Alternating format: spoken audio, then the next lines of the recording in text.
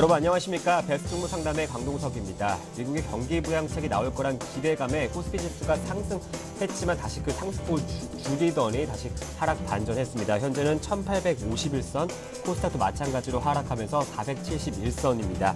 오늘은 건설, 증권, 금융 섹터가 빠지고 있고요. 화학, 전기, 전자 업종은 소폭 상승하고 있습니다. 오늘도 베스트 종목 상담은 여러분의 종목 상담을 도와드리기 위해서 찾아왔습니다. 두 가지 방법으로 참여하실 수 있는데요. 013-3366-0110번 무료 문자 또는 02-3153-2610번 전화 이용하실 수 있습니다. 지금 전화나 문자 주시면 저희가 종목 상담 도와드리겠습니다. 네, 오늘 저와 함께 베스트 종목 상담 수고해 주실 두 분의 전문가는요. YG 인베스트의 심기현 대표, LNS 파트너스의 하창문 팀장님 나오셨습니다. 안녕하십니까? 안녕하십니까? 네, 본격적으로 베스트 종목 상담 진행해 보겠습니다. 먼저 첫 번째 전화 연결되어 있습니다. 시청자님 안녕하십니까? 예, 안녕하세요. 네, 전화 주셔서 고맙습니다. 예, 네, 뭐 하다가 전화 주셨어요? 책 보다가 전화했네요. 아, 책 보시다가요? 예, 아, 또 책을 좋아하시는 또 시청자님 만나 뵙게 됐는데요. 어떤 종목 봐드릴까요? 예, 두산 인프라코인데요. 네, 제가 4월 달에 매입을 했거든요. 예, 그런데 이렇게 자꾸 안 올라가고 또 올라갈 듯 하고 미끄러지고 그러네요. 네, 그러네요. 예, 매수가랑 비중 알 수 있을까요? 예, 저기 28,000원에 20%요. 네, 28,000원에 20%요. 네, 좀 어떤 점을 봐드리면 좋을까요? 얼마나 올라갈 수 있을런지, 네, 저기 손절을 하면 얼마에 손절을 해야 되는지 이런 네. 게 좀 궁금해가지고요. 저 혼자 그냥 샀거든요. 네. 그래가지고 시장이 또 좋지 않으니까 목표가가 얼마 손절도- 정도 드는지 좀 여쭤보고 싶어서요. 알겠습니다. 단기적인 또 목표가와 손절가까지 한번 또 전망도 한번 짚어드리겠습니다. 예, 감사합니다. 네, 고맙습니다. 예, 안녕히 계세요. 네.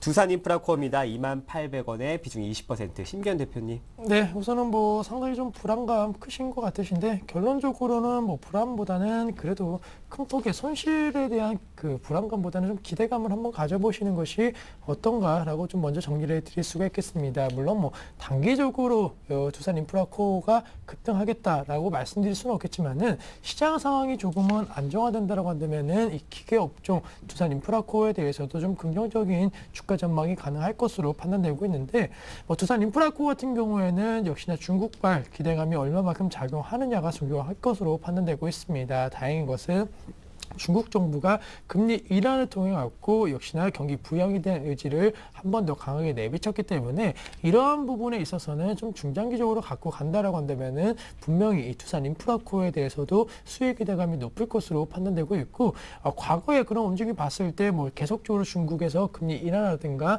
이 경기 부양책에 대한 기대감 나올 것으로 판단되고 있습니다. 통화 정책뿐만이 아니고 재정 정책에 있어서도 이러한 분위기 형성될 가능성이 높다라는 점 염두를 하신다라고 한다면은 아마 홀딩 전략에 있어서 큰 의문은 없을 것으로 판단되고 있고 두산 인프라코어 같은 경우에는 주가 흐름에 있어서 좀 악재로 작용했던 것이 중국 내 굴삭기 판매량 점유율에 대한 측면 그리고 여러 가지 재고에 대한 부분이 부담감으로 작용하는 모습 보였는데 뭐 최근 들어서는 이러한 좀 악재가 계속적으로 지속이 되고 있는 가운데에서 오히려 악재가 좀 해소될 수 있는 그런 모멘텀이 되고 있는 상황입니다. 아무래도 재고적인 부분에 있어서도 조금 좀 바닥에 근접했다라는 그런 신호가 나오고 있기 때문에 뭐 두산 인프라코어 같은 경우에는 지금 18,000원대 움직이고 있는데 물론 하락할 수는 있겠지만 그 하락폭은 조금 제한될 수 있다라는 점 염두를 하자라고 정리해 드리겠고 이미 주가 같은 경우에는 25,000원대에서 한 번쯤은 좀 큰 폭의 하락세 보이면서 16,000원대까지 17,000원 언저리까지 내려오는 그런 모습 보였습니다. 하지만은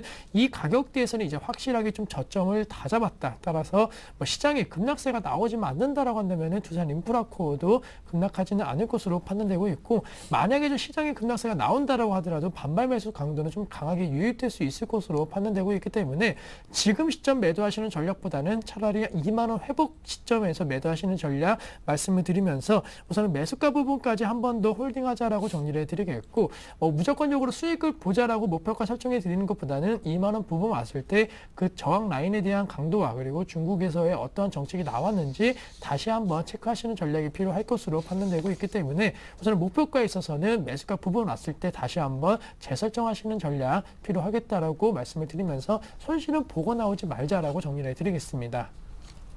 네, 두산 인프라코어 또 봐드렸습니다. 잘 참고하시길 바라겠습니다. 네, 다음 문자는 파트론입니다. 11,600원에 비중이 10%인데요. 사상 최대 실적 기대감에 파트론 상승하고 있습니다. 하창문 팀장님 봐주시죠. 네, 파트론 같은 경우는 지금 타이밍적으로 최근 움직임이 좋습니다. 움직임이 좋았고, 이제 갤럭시 S3 예약 판매가 6월 11일부터 시작이 됐죠. SK텔레콤이나 KT를 통해서 지금 이제 예약을 받고 있는데 상당히 시장의 호응은 일단 좋다는 그런 분위기가 나오고 있습니다. 파트론 같은 경우는 삼성전자양 그 카메라 모듈 쪽이죠. 카메라 모듈이 한 70% 정도 마켓 차지하고 있고, 파트론 내에서 이제 그 시장 제품 믹스를 말씀드리는 건데, 카메라 모듈 쪽이 한 70%, 안테나 모듈 쪽이 한 13% 이렇게 나옵니다. 그래서 과거 지금 2, 4분기 지금 실적 이야기도 상당히 사상 최대액이 나오고, 2분기 같은 경우도 매출이 한 100% 증가한 1,800억, 영업이익이 한 90% 증가한 170억 정도 예상이 됩니다. 2011년도 전체 영업이익이 한 370억 수준이었기 때문에 2, 4분기 지금 이 정도 성적이라고 그랬을 때는 올해 만약에 사실 400억, 500억 수준의 영업이익도 나올 수 있지 않을까 그렇게 기대는 하고 있습니다. 그런 과정에서 최근에 오늘이 이제 권리락이었죠. 무상증자 1대 0.3주. 무상증자라는 건 사실 이제 그 자본잉여금이죠. 주식 발행 초과금이라든지 자본잉여금을 자본으로 돌리는 건데, 실제적으로 이제 그 주식 배당, 무상증자는 사실은 그 실제적인 자본 변동은 없고 주식 수만 늘어납니다. 그래서 이제 보통 효과적으로 봤을 때는 주식 배당의 효과가 있는데, 약간 어떻게 생각하면 무상증자는 다 호재라 생각하시죠. 하지만 꼭 그렇지만은 않습니다. 보통 어느 정도 기업 입장에서는 우리 회사가 이 정도로 자금이 탄탄하다는 걸 보여주는 그런 액션적인 측면도 좀 있습니다. 그런 거 좀 참조하시는 게 좋을 것 같고요. 확실하게 파트론은 지금 당분간은 일단은 약간 그 스마트폰 관련해서 이슈가 되지 않을까 보겠고, 지금 권리락 가격을 적용하면 오늘 권리락이 나왔기 때문에 투자가분의 그 매수가 11,600원이 권리락 전 가격인지 아니면 권리락 이후에 오늘 사시는지는 판단이 좀 애매합니다만은, 이게 이제 1대 0.3주 권리락 전에는 사실 24,000원이 고가였는데, 이제 주가 해석을 맞춰버리면은 가장 최근의 고가가 12,500원이었죠. 이제 이런 무상증자를 감안한 가격이 되기 때문에 지금 측면에서 봤을 때는 글쎄요, 오늘 일단 권리락 이후에 그리고 또 약간 쉬고 있습니다. 권리락 기준가가 1,900원이었기 때문에 그 이상이 있다는 거는 조금 기대해 볼 만한 것이고요. 한편으로 봤을 때는 저는 이제 투자 전략을 봤을 때는 항상 우리는 그런 말을 합니다.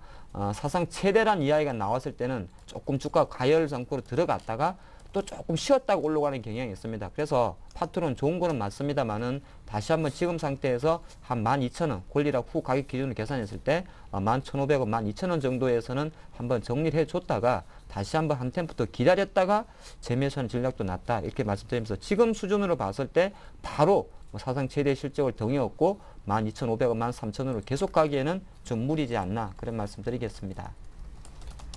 네, 다음 종목 봐드리겠습니다. 중앙백신입니다. 11,300원에 비중이 30%. 주가가 작년과 8월과 같은 폭락이 있을까 이렇게 문의하셨는데요. 현재는 0.8% 조정받으면서 11,550원입니다. 심기현 대표님. 네, 우선 중앙백신 같은 경우 작년 8월달 말씀해 주셨는데, 그때는 시장 중앙백신뿐만이 아니고 전반적으로 시장이 좀 어려운 양상 속에서 중앙백신도 좀 하락세가 나왔다라는 점 아시자라고 정리해 드리겠고, 8월달 이후에 급락세 나왔지만 반등 강도는 상당히 높아졌기 때문에 지금 시점을 8월달과 좀 비교하기에는 좀 무리가 있을 것으로 판단되고 있습니다. 따라서 올 한 해 그런 흐름을 놓고 봤을 때 좀 말씀을 드리면은, 사실 올해 상당히 좀 지지부진한 흐름 보이고 있습니다. 백신 관련, 특히나 이 동물 관련 백신 관련주 이 중앙 백신에 대해서는 미국에서 구제역이라든가 이러한 이슈를 해갖고 좀 급등 양상도 보였지만은 좀 추세 하락을 보였다라는 점에 있어서는 불안하고 있을 수 있겠지만, 좀 멀리 봤을 때 이 동물 관련된 이 백신 프로그램에 있어서는 이제는 단순한 그러한 어느 정도 그 동물에만 국한된 것은 아니고, 이제는 인체라든가 계속적으로 좀 성장에 대한 기대감은 어느 정도 작용할 수 있을 것으로 판단되고 있습니다. 아무래도 중앙 백신을 비롯한 동물 관련, 이 백신 관련주들이 다시 한번 좀 탈바꿈하고 있는 그러한 기회가 이제 올 것으로 판단되고 있기 때문에 구제역이라든가 여러 가지 조류 인플레이아자 이러한 이슈로 인해 단기적으로 테마로 들어가시는 전략보다는 우선 좀 꾸준하게 중장기적으로 한번 가져가 보시는 것도 개인적으로는 좋지 않을까라고 말씀을 드리겠고, 비중적인 측면에 있어서는 그렇다라고 해서 좀 많이 들어가시기에는 역시나 좀 불확실성이 높은 만큼 지금 가격대에서 우선은 좀 비중 줄이시는 전략, 30% 비중 만약에 갖고 계신다라고 한다면은 한 15% 정도 지금 갖고 계신 이 중앙 배신의 50%는 정리를 하신 다음에 우선 나머지 물량에 대해서만 한 중장기적으로 한 13,500원대나 한 14,000원대까지 들고 가시는 전략 말씀을 드리겠고, 역시나 지금 시점 영업이익률이 좀 큰 폭의 감소세 보이고 있다라는 거, 그다음 중앙 배신 같은 경우에는 고부가가치 사업 기대감 높았는데 영업이익률 감소에 대한 우려감은 분명히 존재하고 있기 때문에 리스크 관리만 병행하시고 좀 중장기적으로 나머지 물량에 대해서는 홀딩을 해보자라고 정리를 해드리겠습니다. 네, 오늘 외국인과 개인이 사주고 있고 기관이 파는 시장이네요. 코스피는 1850선, 코스닥은 471선입니다. 다음 종목 봐드리겠습니다. 삼성 SDI입니다. 매수가가 14만 9,500원에 비중이 50%인데요. 매도 시기가 궁금하다고 하십니다. 현재 삼성 SDI는 15만 6천 원인데요. 하창무 팀장님 한번 봐주시죠. 네, 사실 이제 그 삼성 SDI나 뭐 삼성전자 이런 주식들은 매도 시기라고는 이제 접근 자체는 이제 단기적인 관점에서 말씀하시는 거겠죠. 네. 사실 이제 주식은 뭐 삼성 같은 회사는 이제 영구적으로 좀 성장하기 때문에 딱히 뭐 매도 시기를 잡는다기보다는 향후 그냥 어떤 그 삼성 SDI 주가 흐름에 대해서 약간 조심스러운 전망 수준에서 접근을 해보겠습니다. 지금 삼성 SDI 같은 경우는 뭐 시장에서는 뭐 똑같은 이야기를 하죠. 뭐 저도 같은 말 계속 드리는데 뭐 삼성 SDI 지금 갤럭시 S3 관련해서 2차 전지 배터리 부분에 대한 어떤 모멘텀 많이 부각을 시킵니다. 기관들 같은 경우도 실제적으로 삼성 SDI에 대해서는 보통 통상적으로 목표가를 한 18만 원, 좀 좋게 보는 친구들은 뭐 18만 원, 19만 원까지도 보고 있죠. 근데 그거는 이제 항상 그렇습니다. 시장이 어느 정도 정상적인 시장으로 흘러가고 또 하나가 뭐 계속적인 뭐 정년도에 만약에 5% 성장을 했으면 올해도 5% 성장할 것을 가정을 하고 그런 적정 목표 주가를 세우는데, 우리 지금 투자가님처럼 대부분의 투자가 마찬가지입니다. 보통 15만 원 정도에서 어떤 시세 차익을 누리시는 분들은 철저하게 저는 현실을 받아들여야 되지 않나 말씀드리겠습니다. 그래서 SDI 같은 경우는 지금 전체적으로 봤을 때는 그 약간 뭐 조금 길게 보시는 분은 매수하셔도 되고, 또 짧게 보시는 분은 저는 조심스럽게 좀 팔아야 되지 않나 그런 생각을 하겠는데요. 한번 잠깐 차트를 보면서 이거는 접근을 해드리겠습니다. 지금 이제 사실 종합주가지수 흐름과도 마찬가지 보셔야 되는데, 일단 삼성 SDI 같은 경우 5월 초순에 상당히 급등을 했습니다. 삼성전자 관련해서 급등을 했고, 근데 최근 한 달 반 정도 흐름을 보면 확연하게 어느 정도 계속적으로 좀 거래량이 감소를 하고 있고요. 조금은 주식가가 지지부진한다는 걸 볼 수가 있습니다. 간단하게 차트만 보고 요 조식이 아마 이제부터 바닥을 찍고 올라가는구나 이렇게 볼 수는 있습니다만은, 그보다 더 중요한 거는 확연하게 시장에서 한 16만 5천 원 정도에서의 매물 부담을 갖고 있다는 겁니다. 물론 SDI 같은 주식도 일시적으로 이걸 뻥 뚫을 수는 있긴 있습니다만은, 현재로만 놓고 봤을 때는 삼성전자 대표장주 삼성전자가 127만 원의 벽에 몰리는 것처럼 삼성 SDI도 약간은 조금 지지부진 않나 보겠습니다. 시장 분위기는 상당히 좋습니다. 갤럭시 S3 관련해서. 하지만 전체적인 시장의 체력, 종합주가지수가 1900포인트를 돌파하지 못하고 있는 상황에서는 너무 장밋빛 전망은 조금 보수적이지 않나 그런 말씀 드리겠습니다. 그래서 다행스럽게도 우리 투자가님께서 매수가가 조금 밑에 있기 때문에 유리하다 생각합니다. 그래서 투자 전략주를 봤을 때요, SDI 같은 건 사실 좀 간단합니다. 14만 원 툭 내려와 버리면은 장기 보고 사시면 되는 것이고요. 만약에 지금 한 2주 이상 15만 원 전후에 있다 보니까 좀 고민이 되실 것 같은데, 너무 SDI 가지고 고민하지 마십시오. 지금 생각할 때는 제가 판단할 때 뭐 오늘 가격에서 한 16만 원 전후한 가격에서 한번 정리를 해주고 다시 한번 매수 기회를 찾는 게 좋습니다. SDI 15만 6천 원에서 장기 투자락으로 들어가는 가격 그렇게 매력적이라고 못 보겠습니다. 일단은 시장에 대한 판단하셔야 되기 때문에 한번 정리하는 전략 말씀드리겠습니다. 네, 다음 종목도 소개해드리겠습니다. 삼성물산입니다. 65,200원에 비중이 20%.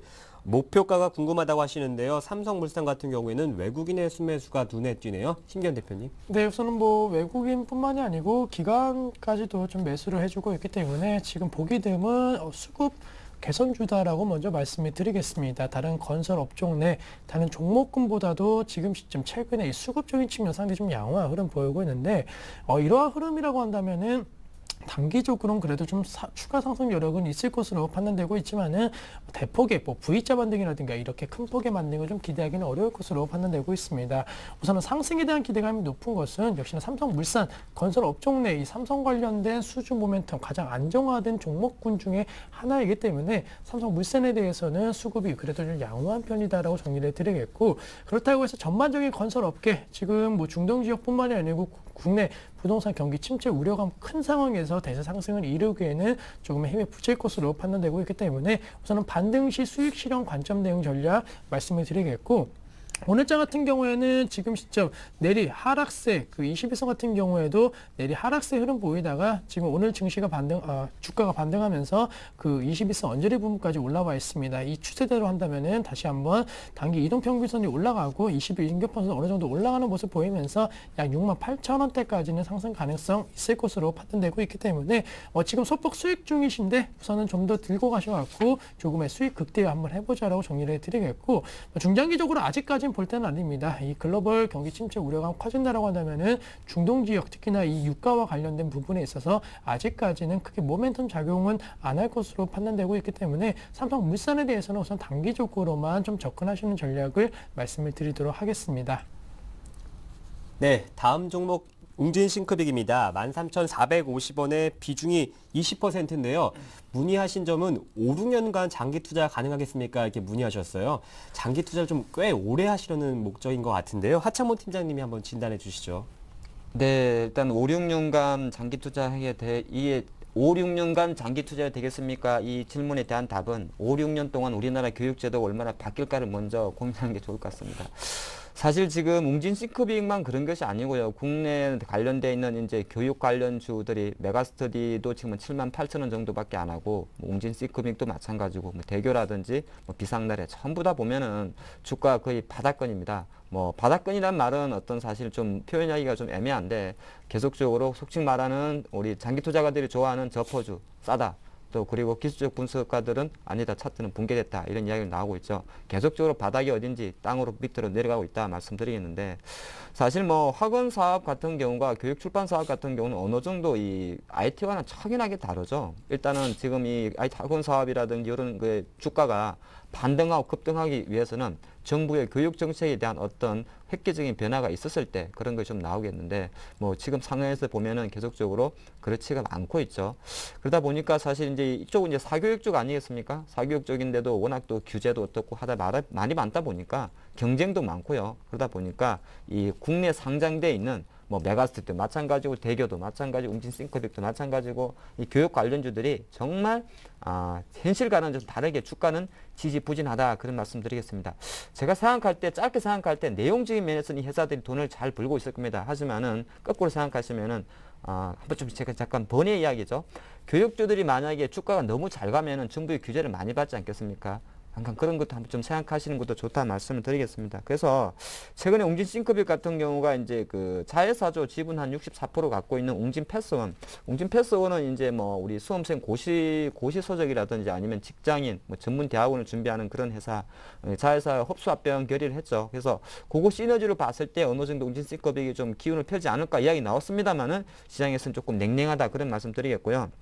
잠깐 투자 접근은 제가 차트를 보면서 말씀을 드리겠습니다. 볼봉 차트로 바로 보겠습니다. 그래서 조금 전에 제가 약간은 교육정책에 대해서, 교육제에 대해서 부정적인 멘트를 드렸습니다만은 전체적으로 주가도 실제적으로 2010년 25,000원 이후에 계속적으로 내려가고 있다 말씀드리겠습니다. 웅진싱크빅은 지금 절대 가격 10,000원을 깼다고 그렇게 바닥계를 확인하는 것이 좋지 않다고 생각을 합니다. 왜 그러냐면 2008년도 이렇게 10,000원을 깨고 올라왔을 때는 시장 때문에 빠진 거죠. 한반에 빠진 겁니다. 시장 때문에. 리만 브라더스 사태 때문에 빠진 거고, 시장이 올라오면서 같이 와줬고, 지금 같은 25,000원에서 1년 동안 10,000원에 빠진 거는 시장 때문에 빠진 게 아니죠. 왜냐하면 시장은 계속적으로 등락을 했습니다만은 교육주에 대한 부정적 멘트가 주가에 좀 부정적으로 영향을 줬다 말씀드리겠습니다. 그래서 우리 투자가님께서 그 투자 접근 자체가 조금 장기적이기 때문에 제가 볼 때는 조금 장기 보유하시고요. 장기 보유하시는데 일단은 중요한 거는 추가 매수는 제가 권하지 않겠습니다. 추가 매수는 언제 하시면 되냐면요. 최소한 한 13,000원 정도 올라오시면은 그때 정말 이 회사에 대해서 어떤 교육 사업에 대해서 조금은 장밋빛을 드릴 수가 있기 때문에 지금 현 상태는 보유를 하시고 한 12,000원, 13,000원 정도 왔을 때 오히려 5, 6년을 보는 추가적인 베팅이 필요한 타이밍이지 않나, 그런 말씀 드리겠습니다. 네, 웅진싱크빅 진단해드렸습니다. 잘 참고하셔서 좋은 수익 내시길 바라겠습니다. 네, 다음 종목은 이노셀입니다. 문자 2분 보내주셨는데요. 같이 참고하시면 좋을 것 같습니다. 13,370원에 비중이 50%. 전망이 궁금하다고 하시는데요. 관리 종목이죠. 이노셀 최근 주가 흐름이 참 좋았는데 오늘 급락 나오고 있습니다. 11% 급락하고 있는데 조금은 고점에 살 게 아닌가 걱정하시는 것 같아요. 심기현 대표님. 네, 우선 뭐 이너시얼 말씀해 주셨던 대로 뭐 500원대 주가가 뭐 1,100원대까지 올라가는 모습 보이면서 역시나 고평가 논란 나올 수밖에 없다라고 정리를 드릴 수가 있겠고, 뭐 이노세 같은 경우에는 5월달 한 달 동안에 역시나 이슈가 되었던 종목입니다. 하지만은 6월 들어서 이러한 이슈에 대한 시장의 관심도가 많이 떨어졌기 때문에 당연히 급등에 따른 급등, 그 매물에 대한 부담감이 존재하고 있다라고 정리를 드리겠고, 뭐 이러한 급등세가 계속적으로 나타날지에 대해서는 조금은 좀 의문감이 들 수밖에 없는 것이 이노셀을 비롯한 이 관련 업종에 대한 부담감으로 현재 작용하고 있는 것이 사실입니다. 따라서 이노셀 지금 뭐 11% 넘는 급락세 나오고 있기 때문에 지금 오늘장에서만 11% 떨어졌기 때문에 이제 급락이 좀 멈출 수 있다라는 점을 말씀드리는 게 상당히 좀 부담스럽다라는 점, 그리고 역시나 적자에 대한 부담감 존재하고 있다는 측면에 있어서는 이런 종목은 우선은 급등할 수도 있겠지만은 우선은 좀 자르셔갖고 리스크 관리하시는 전략 필요하다라고 말씀을 드리면서 이노셀에 대해서는 좀 매도 의견 드리겠다라고 정리해 드리겠습니다. 네, 다음 종목은 ICD입니다. 매수가가 19,500원이에요. 비중이 30%입니다. 전반적인 진단이 궁금합니다 하셨는데요. 하창모 팀장님 봐주시죠. 네, ICD 같은 경우는 이제 작년 한 여름 때인가요? 그때 상장이 됐죠. 상당히 시장에서 상장될 땐 주목을 많이 받았습니다. 왜 그러냐면 아몰레드 HDP-H라 그러죠. 플라즈마 시각 장치라 그러죠. 이렇게 자르는 건데. 일단 회사 내용적인 면에서 봤을 때도 SMD, 삼성 모바일 디스플레이 납품을 하고 있고 아무래도 쪽에서 상당히 주목을 좀 받으면서 IPO 사실 뭐 코스닥에 들어올 때 공모가 3만 원 이상 들어온다 했을 때는 그만큼 밖에서 기술력을 인정을 받았던 것이고 그런데 할 수 있는데 실제적으로 지금 주가는 거기에 조금 못 미친 흐름을 보이고 있습니다. 일단은 뭐 최근에도 보면은 이제 권리락도 무상적 권리락도 있었습니다만은 2만 원 밑에까지 떨어지는 그런 흐름이 좀 나오고 있는데 일단 제가 생각할 때는 사실 업황 그 내용에 대한 어떤 아무래도 시장에 대한 내용 접근보다는 역시나 수급이 문제지 않나 싶습니다.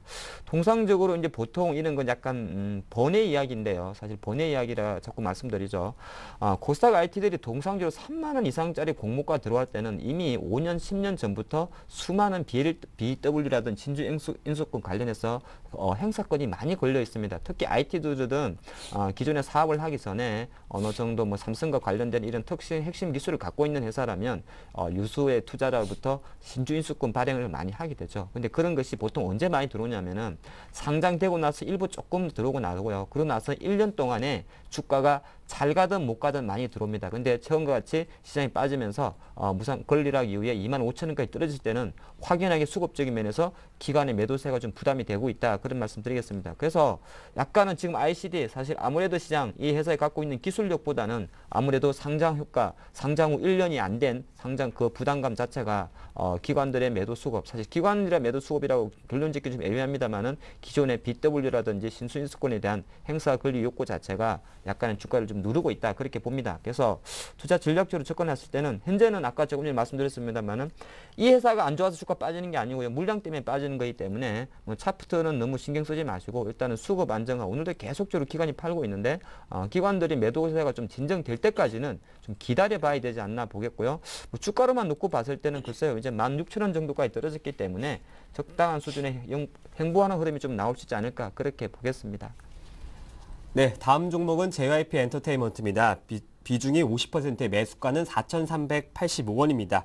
JYP 엔터테인먼트는 진단 반, 전망 반 해주시죠, 심기현 대표님. 네, 우선 결론적으로 짧게 말씀드리면 우선은 좀 매도 관점 대응 전략 말씀드리겠습니다. 최근에 엔터 관련주들 뭐 음원 사용료 인상에 대한 기대가 높아지면서 좀 긍정적인 전망 나오고 있는데 아직까지 이러한 기획사들에 대해서 수혜가 무조건적으로 돌아갈지에 대해서는 조금은 좀 의문이 있는 것이 사실이다라는 점 착안해 주시고 2011년도와 좀 분위기가 많이 달라지고 있다라는 거 엔터 관련주들의 무조건적인 전망은 좀 불투명하다라는 것을 좀 인식을 해 주시면서 비중적인 측면과 그리고 지금 뭐 매수가 부분에 있어서 움직이고 있기 때문에 좀 매도 관점 대응 전략, 좀 부정적인 입장을 좀 말씀을 드리겠다라고 정리를 짧게 해드리겠고 목표가 짧게 설정해드리면 한 4,600원대 목표가 설정 가능할 것으로 판단되고 있기 때문에 너무 긍정적으로만 바라보지 말자라고 정리해드리겠습니다.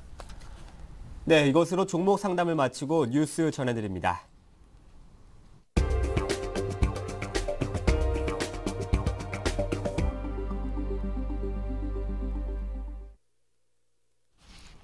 이 시각 주요 뉴스입니다. 김중수 한국은행 총재는 올해 우리나라 경제 성장 잠재력이 3%대 후반이 될 것으로 전망했습니다. 김 총재는 오늘 오전 한은에서 열린 대기업 최고 경영자와의 간담회에서 IMF가 한국 경제에 대해 당초 3.5% 성장한다고 했다가 0.25%포인트 떨어질 수 있다고 했다면서 하지만 우리의 전반적인 성장 잠재력은 4%는 조금 안 되고 3%대 후반은 된다고 설명했습니다. 김 총재는 내년 경제 상황에 대해 우려했지만 미국 경제에 대해서는 다소 낙관적인 견해를 보였습니다. 김 총재는 미국의 올해 1분기 성장률이 애초 예상했던 2%대 중반이 아닌 1.9%가 나왔다면서 그러나 그 정도보다는 더 성장하지 않을까 생각한다고 말했습니다. 우리나라 취업자 수가 처음으로 2,500만 명을 넘어섰습니다. 통계청은 지난 5월 말 현재 취업자 수는 2,513만 명, 실업자는 80만 명으로 집계됐다고 밝혔습니다. 지난 5월 취업자 수는 47만 명이 늘어 지난해 10월 50만 명 증가 이후 8개월 연속 40만 명 이상 증가세를 이어가고 있습니다. 고용률은 지난해 같은 달보다 0.4%포인트, 3월에 비해 0.38%포인트 높은 60.5%를 기록해 2008년 6월 이후 4년 만에 최고치를 기록했습니다. 연령별로는 50대, 60대 취업자가 각각 28만 명, 27만 명으로 고용률 상승을 주도했습니다. 외환위기 이후 산업 중심축이 중소기업으로 옮겨갔지만 R&D 투자와 인재 확보가 취약해 중소기업 지원을 내실화해야 한다는 지적이 나왔습니다. 기획재정부는 한국개발연구원과 공동으로 공개 토론회를 열고 소상공인 경제력 제고를 위한 지원체계 개편 방안을 논의했습니다. 이 자리에서 참석자들은 외환위기 이후 고용, 생산, 부가가치 등에서 중소기업의 역할이 증대돼 산업 중심축이 대기업에서 중소기업으로 이동했지만 중소기업은 연구개발 투자와 인재 확보 측면에서 취약성을 보여 성장 잠재력이 부족하다고 평가했습니다. 이에 따라 부처별로 추진해온 중소기업 지원 예산을 미리 조정하고 유사 중복 사업을 통폐합함으로써 재정 투자의 효율성을 높여야 한다고 말했습니다. 스페인은행 구제 발표에도 시장이 계속 흔들리면서 유럽연합의 위기 대응력 자체에 대한 불안감이 커지고 있습니다. 미국의 파이낸셜 타임즈는 스페인 은행 구제에 최대 1,000억 유로가 투입되는 조치가 발표된 지 불과 몇 시간 만에 스페인 국채 10년물 수익률이 급등했음을 지적하면서 이같이 밝혔습니다. 크리스틴 라가르드 국제통화기금 IMF 총재도 다음 주 열리는 세계환경 정상회담인 리우 플러스 20을 앞두고 워싱턴에서 기자들과 만나 유로 위기 타개를 위해 영내 지도부의 결단이 시급하다고 촉구했습니다. 라가르드 총재는 전 세계가 경제, 환경, 사회 부분에서 3중 위기에 처했다면서 이를 타개하기 위해 안전과 성장을 회복하는 근본적 출발이 필요하다고 강조했습니다. 네, 오늘 저와 함께 백스종무 상담 수고해주신 두 분은요. YG인베스트의 심기현 대표, LNS 파트너스의 하창모 팀장과 함께했습니다. 고맙습니다. 감사합니다. 네, 저희 백스종무 상담 블로그가 새롭게 오픈했습니다. 여러분의 많은 참여와 관심 부탁드리겠습니다. 오늘 준비한 소식은 여기까지입니다. 내일 뵙겠습니다. 고맙습니다.